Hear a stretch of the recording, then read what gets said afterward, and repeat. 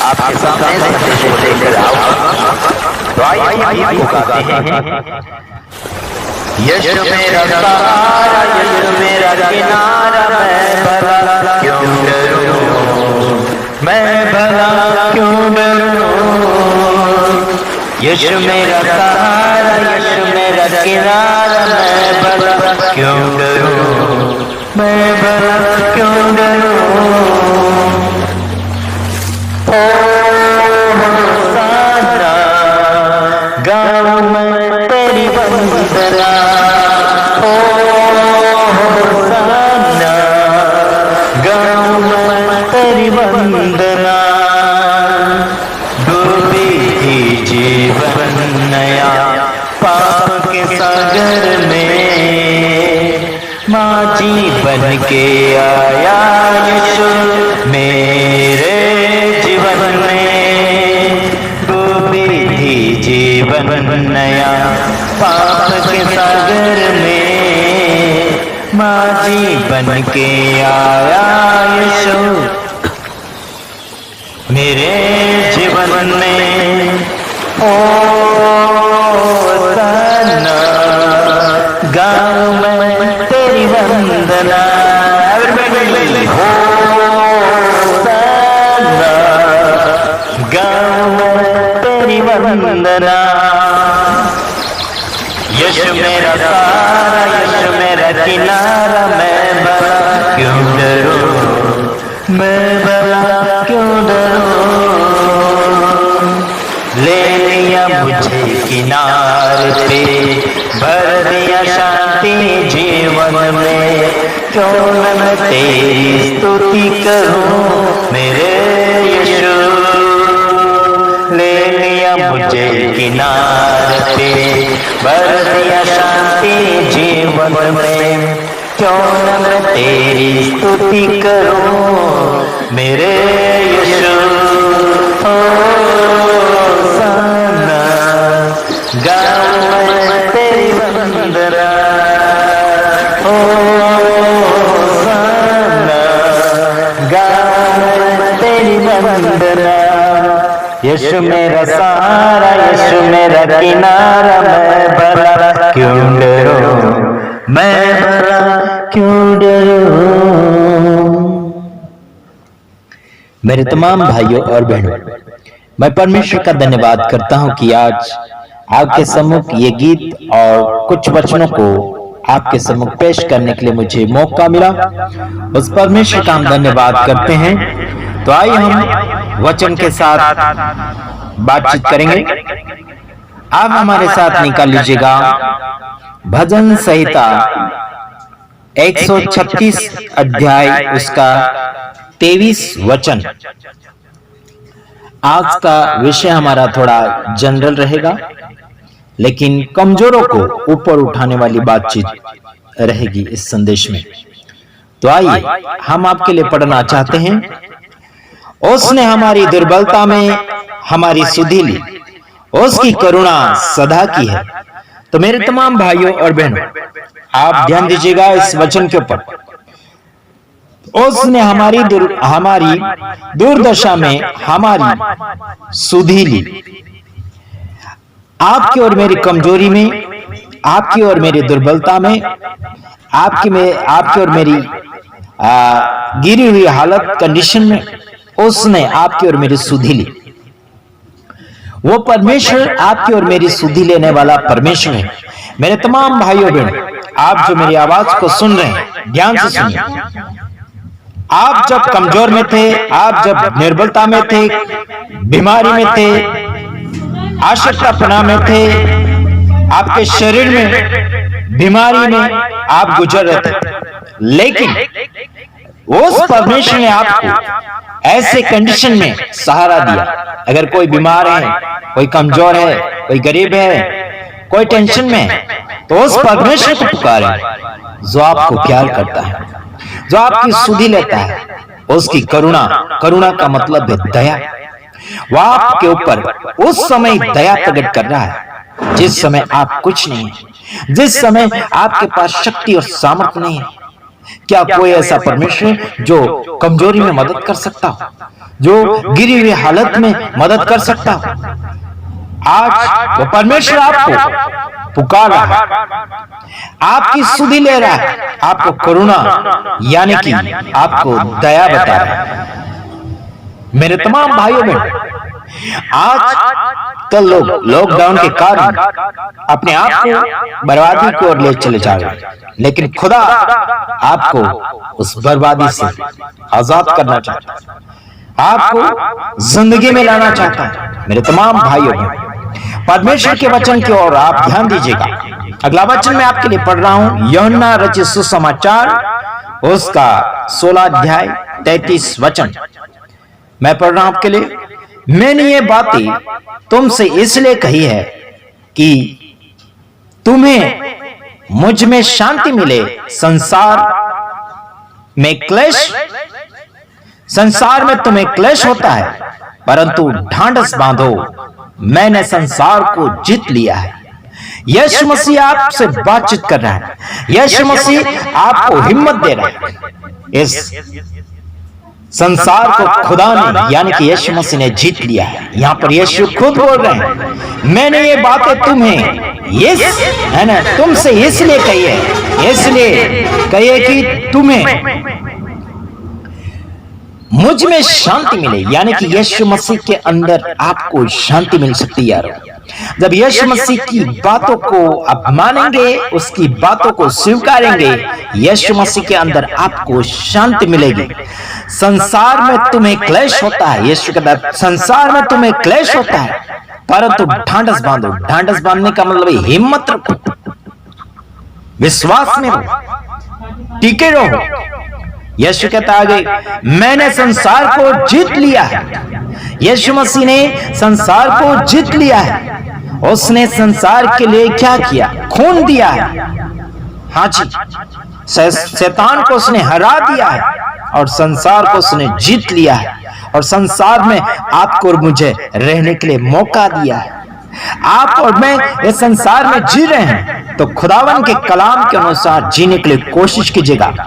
खुदावन के कलाम को इस संसार में बांटे, हिम्मत के साथ, बड़े हियाव के साथ बट डरो मत, खुदा आपके साथ। बीते हुए दिनों में हमने सोशल मीडिया में एक वीडियो देखा, कुछ भाई प्रचार कर रहे थे, उन लोगों को सताया गया। हाँ जी, सताएंगे, प्रचार करने वालों को सताया ही जाएगा और सताओ होना ही चाहिए। बात थोड़ा ध्यान दीजिएगा, आपको कहां पर और कैसे और कौन सी घड़ी और किस रीति से सुसमाचार प्रचार करना है, ध्यान रखिएगा। हाँ जी, हाँ, थोड़ा सतर्क रहिएगा। तो मेरे तमाम भाइयों बहनों, मेरी आवाज को जो सुन रहे हैं, आपको मैं वचन लिखकर भेज रहा हूं। आप बड़ी आसानी होगी आपको इन वचनों को पढ़ते हुए आगे बढ़ने में। तो आप ढांढस बांधिए, हिम्मत रखिए, अपनी जीवन में आगे बढ़िए, गिरोह को उठाइए और हिम्मत रखिए। लॉकडाउन में आपको कोई पास्टर नहीं मिलेगा, कोई प्रचारक नहीं मिलेगा शिक्षा देने के लिए पर्सनल, लेकिन आपको YouTube के ऊपर बहुत सारे प्रचारक मिल जाएंगे। लेकिन भरमाने वाले भी उठ खड़े हुए हैं। बड़े ध्यान से आगे आप बढ़ने के लिए कोशिश कीजिएगा। हाँ, अगला वचन मैं आपके सम्मुख ला रहा हूं। उससे पहले मैं आपको बात बोलना चाहता हूं, जो शांति आपको यीशु मसीह के अंदर मिले है, वही शांति आप संसार में बांटने के लिए कोशिश कीजिएगा। संसार के दुख भरे समय को लेकर आप अपने आप को नीचे ना गिराएं, अपने आप को परमेश्वर से अलग ना करें, अपने आप को परमेश्वर के वचन से दूर ना करें, अपने आप को हार के अंदर या गिरावट में ना ले जाइए। आप उठिए, आप जागिए, आप हिम्मत के साथ आगे बढ़िए। मेरे तमाम भाइयों बहन, परमेश्वर तुम्हें इस लॉकडाउन में बहुत कुछ सिखाना चाहता है। आपको बहुत समय मिल रहा है परमेश्वर को पहचानने के लिए। मैं तो कहता हूं कि लॉकडाउन के लिए धन्यवाद परमेश्वर का कि उसने ऐसा समय दिया कि लॉकडाउन कर दिया है ना, सरकार के द्वारा। धन्यवाद प्रभु का, और सरकार का भी धन्यवाद कि लॉकडाउन कर रहे हैं। और मैं परमेश्वर का धन्यवाद करता हूं कि आज लॉकडाउन के अंदर लोगों को परमेश्वर का वचन सीखने के लिए मौका मिल रहा है।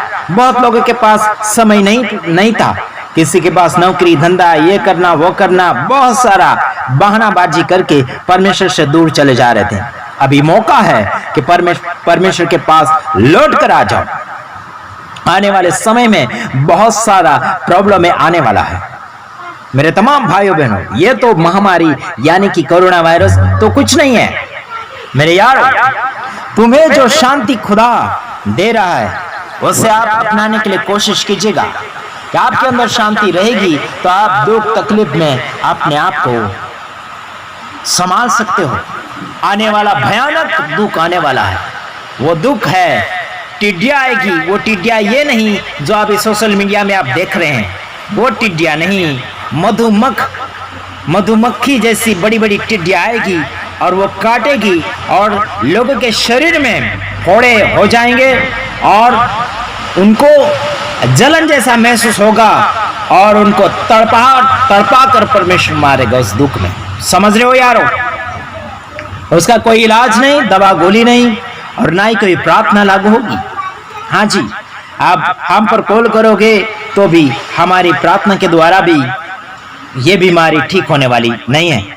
अगला वचन मैं आपको बता रहा हूं। एक ऐसी लेडीज थी जो प्रॉब्लम में फंसी हुई थी। सारा पैसा खर्चा करके बस एक ही इंतजार में थी कि कोई उसे इस बीमारी से आजाद करे, कोई उसे सुख और शांति में लाए। उसने यीशु मसीह का नाम सुना हुआ था लेकिन उसे देखा हुआ नहीं था। हाँ, आपको वचन सुनने के लिए मिलेगा लूका रचित सुसमाचार उसका 8 उसका 43 वचन यानी कि लूक 8:43। हाँ, मैं आपके लिए पढ़ना चाहता हूं। और एक स्त्री ने जिसको 12 वर्ष से लहू बहने का रोग था, एक लेडीज थी, उसको 12 साल से खून बहता था, उसे रोग था। समझ में आ रहे यार? उसे रोग था और उसने बहुत पैसा बर्बाद किया। उसने वेदों को पूरे पैसे दे दिए, इधर उधर इलाज करवाया। आगे मैं पढ़ रहा हूं आपके लिए। और जो अपनी सारी जीविका वेदों के पीछे वे कर चुकी थी, यानी कि खर्च कर चुकी थी, और तो भी किसी के हाथ से चंगी न हो सकी। देखो, बहुत कुछ उसने इलाज करवाया, वेदों के पास पैसा सब कुछ खर्च कर चुकी थी, लेकिन किसी के हाथ के द्वारा उसे चंगाई नहीं मिली। बस तपस्या में थी, बस इंतजार में थी। जैसे बाकी लेडीज खुशी और शांति के साथ जी रही थी, बड़े आनंद के साथ जी रही थी, इसका भी ऐसे ही ख्याल था कि उनके समान ये भी जिए। लेकिन एक समय ऐसा आया, यीशु मसीह उसकी ओर से आ रहा है, यानी कि उसकी ओर आ रहा है और ये इंतजार में है। देखिए इसने क्या किया, पीछे से आकर उसके वस्त्र के आंचल को छुआ और तुरंत उसका लहू बहना थम गया। यीशु मसीह के चारों ओर भीड़ थी, आगे पीछे भीड़ थी, लेकिन ये पीछे से दौड़ते हुए और लोगों को धक्का मारते हुए बड़ी हिम्मत के साथ यीशु मसीह के कपड़े के एक कोने को छुआ और वो तुरंत अपने आप को महसूस किया कि वो ठीक हो चुकी है। मेरे तमाम भाइयों और बहनों, इस लेडीज का विश्वास को आप देख सकते हैं। इसने सब कुछ बर्बाद कर दिया, वेदों के पीछे अपने आप को उसने बहुत कुछ कोशिश किया अपने आप को सुधारने के लिए। अपने आप को सुधारने के लिए सारा धन उसने बर्बाद कर दिया, सारा समय उसने बर्बाद कर दिया। क्या आप और मैं समय बर्बाद कर रहे हैं?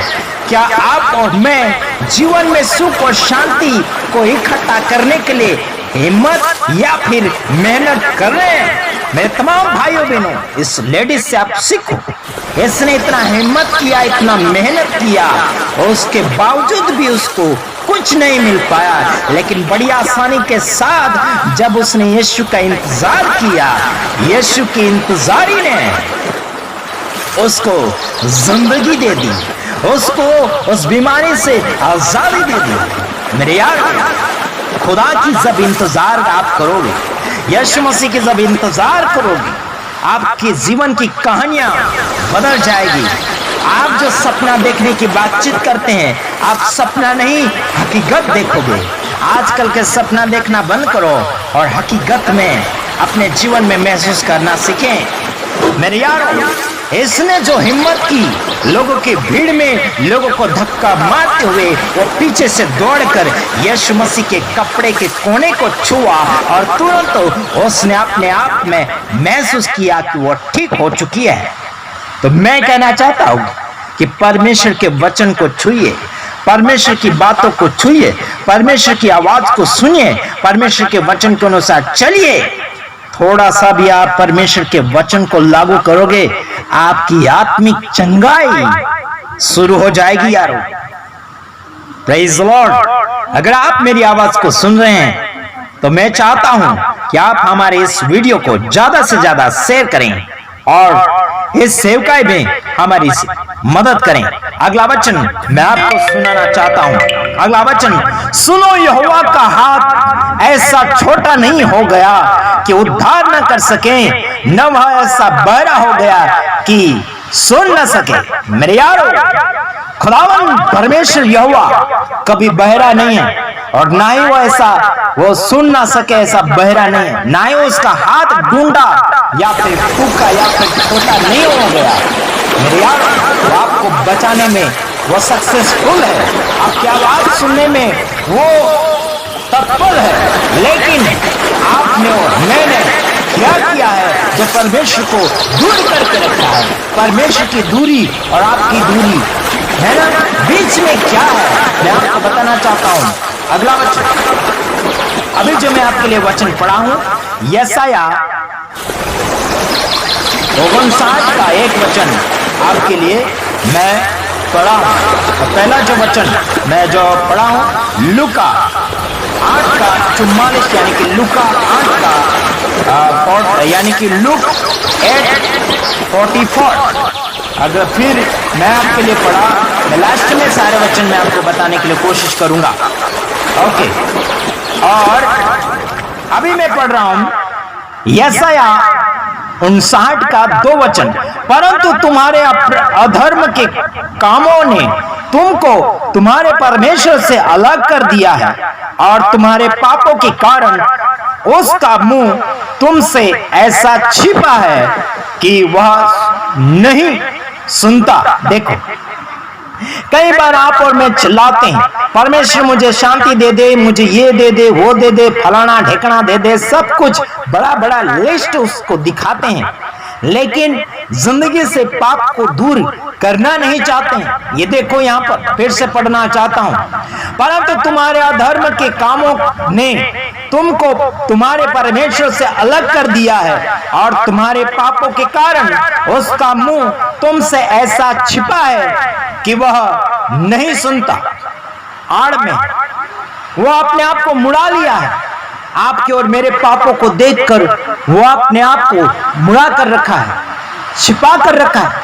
परमेश्वर को ढूंढो, जितना ढूंढोगे उतना वो मिलेगा, लेकिन सच्चे मन के साथ आगे बढ़ो।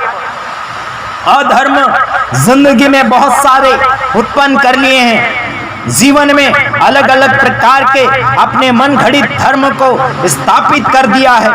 अलग अलग प्रकार के फोटो, रीति रिवाज, मूर्तियां, परंपराएं, ये सब कुछ अधर्म यारो, ये सब अधर्म है। इन सब को दूर करो, परमेश्वर आसानी से आपकी जिंदगी में आ जाएगा। वो बस इंतजार कर रहा है कि कब आप उसके लिए दरवाजा खोलेंगे। प्रकाशित वाक्य उसका 3:20 आप पढ़कर देख सकते हैं कि आपका वो इंतजार कर रहा है कि कब आप दरवाजे में आओगे और दरवाजा कब खोलोगे यीशु मसीह की आवाज सुनने के लिए। आपके कानों को साफ करें, अपनी जिंदगी को साफ करें, अपनी जिंदगी में आगे बढ़ने के लिए कोशिश करें यारो। तो मैं आशा रखता हूं कि आप मेरे संदेश के द्वारा अपने जीवन में हिम्मत बढ़ाई होगी और उत्साह बढ़ाया होगा। और ये वीडियो अच्छा लगे तो ज्यादा से ज्यादा शेयर करें। प्रभु आप सबको आशीष करें। God bless you. आमीन।